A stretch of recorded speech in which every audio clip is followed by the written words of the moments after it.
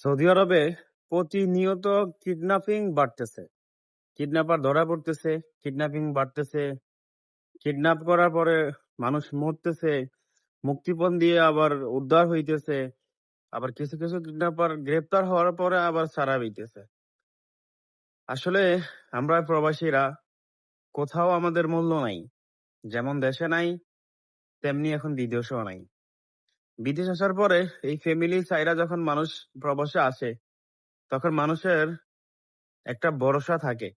যদি কোথাও ধরেন একজন নতুন লোক আসার পরে যদি একজন পুরান বাংলাদেশী দেখে, তাহলে তার গর্বে বুকটা ভরে যায়, তার মনটা অনেক বড় হয়, সাহস বাড়ে যে না, আমার দেশি ভাই, কোনো না কোনো হেল্প তার থেকে পাওয়া যাবে। দেশি ভাইয়ের সাথে মন খুলে কথা বলে, কারণ পরিবার নাই।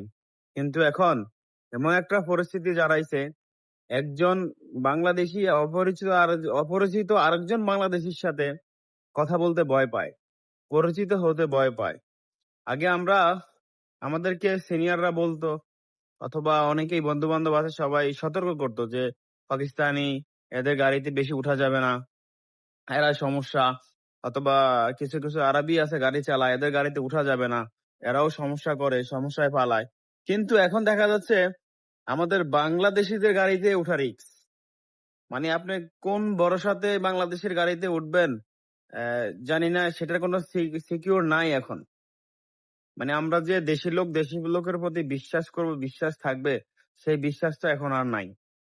এই প্রবাসী এয়ারপোর্টে অবহেলিত, প্রবাসে আসার পরে অবহেলিত, প্রবাস থেকে দেশে যাওয়ার পর অবহেলিত, সব জায়গায় অবহেলিত। আমরা চাই যারা এই কাজগুলা করতেছেন, আপনাদের কি আল্লাহ পাক একটু দয়া মায়া দেয় নাই? আপনারা যখন নতুন প্রবাসে আসছেন, তখন কাজ কাম হয়তো না থাকলে, কাজ কাম পান নাই, অথবা অন্য একজন প্রবাসীকে দেখলে আপনার যেমন সাহস হইতো, কাউকে কোনো দেশি কাছে না পাইলে আবার যেমন মন খারাপ হইতো। আপনি কেন বোঝেন না? নতুন একজন লোক অথবা অন্য একজন প্রবাসী, তারও তো বাংলাদেশিদের প্রতি একটা আত্মবিশ্বাস আছে, আমার দেশি ভাই আমাকে উপকার করবে। ভাই, আপনারা এগুলা করা বন্ধ করেন। অন্যায় কখনো ভালো না, অন্যায়কারী একদিন ধরা পড়বে। আপনারা হয়তো অল্প কিছুদিন ভালো থাকবেন, কিন্তু পরে এক সময় ধরা পড়তেই হবে। আপনাদের এই অন্যায়, আপনাদের এই পাপের শাস্তি পেতেই হবে। আমার এই ভিডিওটা সকল প্রবাসীর উদ্দেশ্যে। ভিডিওটা একটু বেশি বেশি শেয়ার করবেন, এবং কিছুদিন সবাই একটু সতর্ক থাকবেন। কারণ অন্যায়কারী সে যেই হোক না কেন, তাকে ধরা পড়তেই হবে। অন্যায়কারী কোনোদিনও বেশি দিন আইনের বাইরে থাকতে পারে না। ধন্যবাদ। আশা করি সবাই ভালো থাকবেন।